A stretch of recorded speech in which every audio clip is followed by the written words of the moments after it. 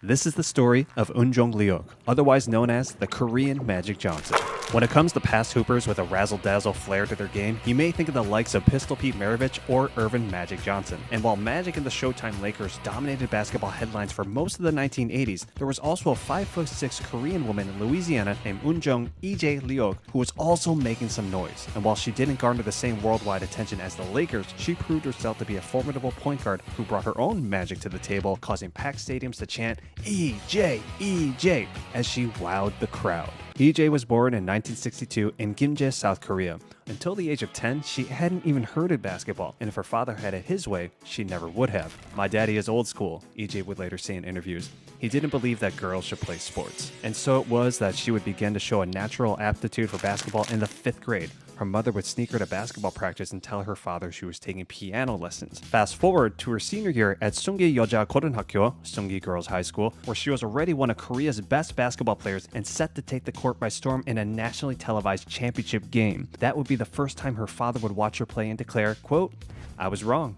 You're good." But he wouldn't be the only one who noticed how good EJ was. Faithfully, college basketball recruiters in the US had clocked her skill, and by 1980, she was on a plane with her team to Los Angeles and Jacksonville, Florida for a series of exhibition games. There was simply something sensational about EJ. In those games, she showed off her signature move, a shot fake followed by a behind-the-back pass. Astute commentators would notice Michael Jordan and Larry Bird utilizing a version of that same move years later. When EJ finally made the permanent move to the US with a full ride to Northeast Louisiana University, what would later become University of Louisiana at Monroe, Korea's basketball officials were livid.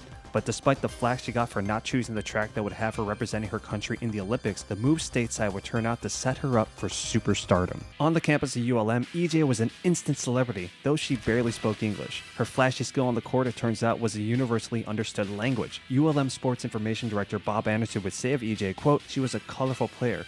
I've never seen another girl player who was so fun to watch, and I don't think I ever will." In her freshman season of 1982 to 1983, EJ led ULM to a 23-6 mark and its first NCAA tournament appearance. Most impressive considering the team had been 12-12 the year before. Meanwhile, EJ's theatrics drew record crowds, rocketing ULM to second in national rank for college basketball game attendance. Within 2 years, she led the ULM Lady Indians to the 1985 Final Four, defeating Missouri, Auburn, and Louisiana Tech in the NCAA tournament before losing 57-47 to Old Dominion, who would ultimately become the national champions. Other ULM highlights during EJ's tenure included 3 Southland Conference championships and 4 straight victories over their rivals, the Louisiana Techsters. EJ's personal accomplishments included being named 4-time SLC Player of the Year and 3-time All-American, a feat never accomplished before or since by any basketball player, male or female.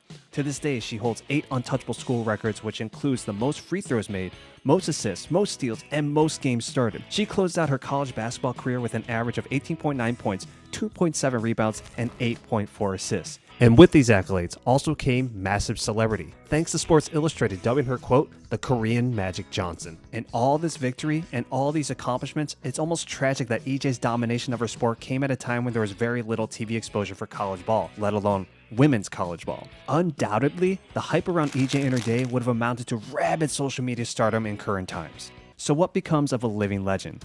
Well, in EJ's case, she trains new legends. Eunjung Leok spent 30 years coaching at ULM, where she remains beloved all this time and where she's been the only player in the school's history to have her jersey retired. And recently, EJ saw her lifelong dream of becoming a head coach of a women's basketball team come to fruition when she got the head coaching job at Seoul Ross State University, which is where you can find her today, reviving the very training that can take a 5'6", 140-pound point guard and magically give them the potential to be larger than life, just like she was. And still is. This is John Lee Brody for Next Shark Sports. See you next time.